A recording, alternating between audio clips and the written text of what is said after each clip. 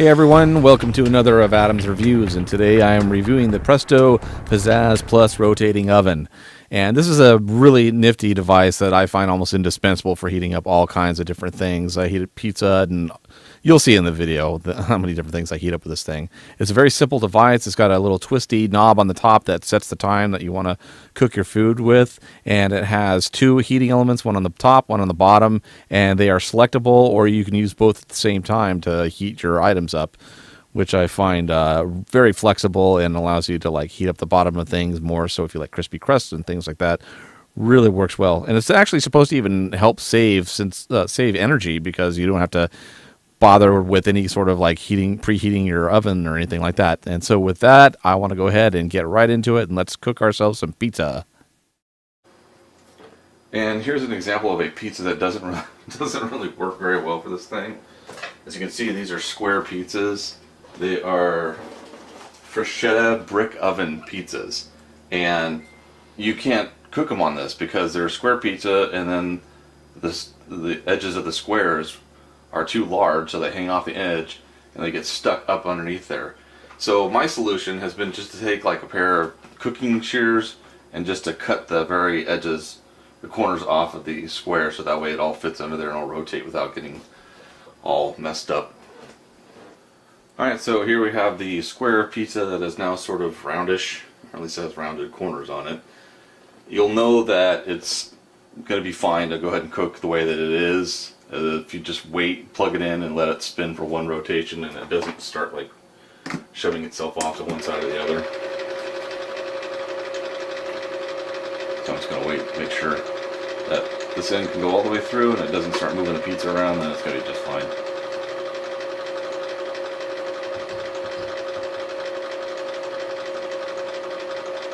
Yep, I think we're good to go. So for this pizza, it goes on for 20 minutes. And we'll just go ahead and let it go. You get to watch it in time lapse. Ooh, exciting. Alright, so while this thing is cooking, I thought I'd go ahead and point out one important thing, and that is to make sure that there's nothing flammable around this. It's got open coils that produce a heck of a lot of heat, so if you have something combustible near it, there's a good chance that you might set something on fire, so just be really careful with this thing.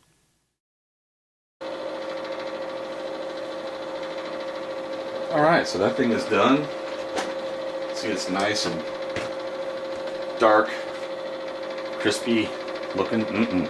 So one of my tricks that I have, I don't know if you guys ever have issues with this, but what I usually do, get a pizza out of the oven or the pizzazz, let's just take the box that it came in and toss the pizza on top. And here you can see the finished product. It's nice and crispy, it's nice and done.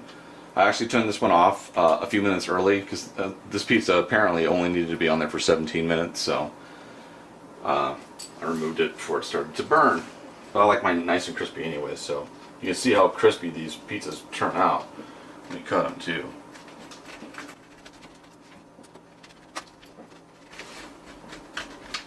And if you want an even crispier crust, one of the tips that you can get is turn it on past 10, because you have to turn it on past 10 in order for the actual heating elements to start up, and then back it off back down to like 5 minutes. Flip the switch to what is it, under or top? It's bottom, I think. Lower. That's it. Lower. Switch to lower. Let it go for like 5 minutes, and that'll go ahead and start heating up the bottom of the pizza. And then flip it on to both, and then turn it up to whatever your preference is. Like for me, I would have done this 17 minutes, 5 minutes with lower, and 17 minutes on upper, just to get an even crispier crust. Even though this crust will be crispy, I just like it really crispy. So you can see it's all nice and done and brown, just like it came from the delivery. Yeah, look at that, nice and brown, nice and crispy. Alright, so I wanted to kind of give you a short overview of one thing that drives me crazy about this, and that's the fact that this spindle right here needs to fit into this little hole that's right there, that's kind of got these flutes on it, and the flutes have to line up with the little flutes that are down in here. And trying to get that actually to line up while you're not looking can be just like a pain in the butt. I don't know if there was some other way that they could have designed this to make it a little bit easier, but it can be a pain in the butt. But after you do it a little while, you kind of get a feel for exactly where it's supposed to go, and then you can drop it right into place. But until you're really familiar with where it's supposed to go, it can be a little bit frustrating. You're going to find yourself probably looking underneath it to see where it's supposed to drop in. That's really about it. Other than the fact that, like, as a plastic housing, I would have preferred metal. That would have been a little bit cooler. And also, maybe they could have come up with maybe a different model, really, like one that's got metal, and then also instead of using this simple little, bell type of a timer, maybe a digital type of timer would be cool. Maybe also have the digital timer be able to control upper and lower, so that way, as you're cooking various items that you want to heat the bottom first for a little while and then kick on like both the top and the bottom, you'll be able to program it all through here instead of having to come back here and reset everything to do upper and then lower. And then, yeah, so that's my only one gripe really with the Pizzazz. Okay, and as promised, I said I was going to cook something other than pizza on it, and here we go. Frozen breaded chicken strips, and these turned out absolutely fantastic on the Pizzazz. Okay, so I had that under the Pizzazz for 20 minutes, and as you can see, it's nice and golden brown. There's spots on it where it got like a little extra crispy, but you can see like how just like super crispy, and I mean mashing down on the batter on these chicken strips is just, you can tell that it's like really nice and crispy, and that is the thing that I love about this appliance, is the fact that everything that you put underneath it winds up being crispy, instead of like doing something silly like trying to heat your chicken strips up in the microwave where they're going to turn into mush, or putting them in an oven which is gigantic and huge and wastes way more electricity, and it still doesn't wind up as crispy because it's a lot further away from the source of the heat. Whereas putting your chicken strips on a Pizzazz, they just turn out absolutely fantastic almost every single time. I've never had a problem yet where I wind up pulling something out of that Pizzazz and it's not crispy and really super tasty. Here's a usage for it that I bet not very many people will think of. Heating up leftover hamburgers. Who wants to heat up a hamburger in a microwave? I know I don't, because they taste really nasty when you do that. So pull it apart and heat it up this way. It turns out great. So there you go. There's a nice, juicy, reheated hamburger that doesn't have soggy buns and won't taste like crap because you threw it in a microwave. One thing I suggest, take off the lettuce, take off tomatoes and pickles, stuff like that, because trying to heat them up underneath that is still not going to turn out so well. So if you really want lettuce and tomatoes, I recommend that you probably just replace them if you have leftovers. And here's another item that you can heat up real nicely with the Pizzazz. Quesadillas. Yep, just take a tortilla, throw it on there, throw some cheese on there, fold that in half, and let that thing rotate around for a little while. And they turn out just nice and crispy, golden brown, and watch out because they are very hot too. As you can see, I almost burned myself on this. And here's the last item I'm going to show you. It is some leftover combination pizza, super thick, lots of toppings, but that's no problem for the Pizzazz. Still turns out awesome.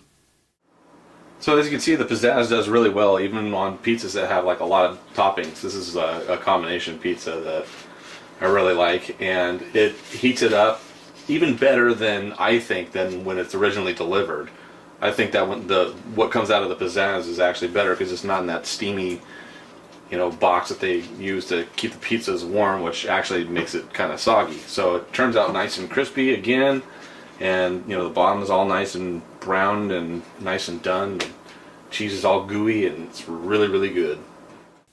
So it's incredibly rare that I give a product a 5 out of 5 because there's almost always something that I can find fault with it, something the company could have done a little bit better.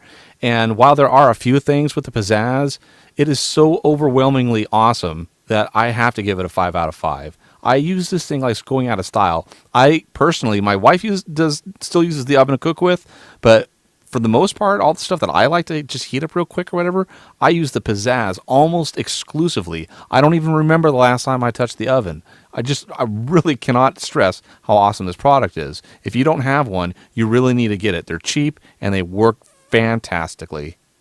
Hey, thanks a lot for watching. I'll catch all of you next time on Adam's Reviews.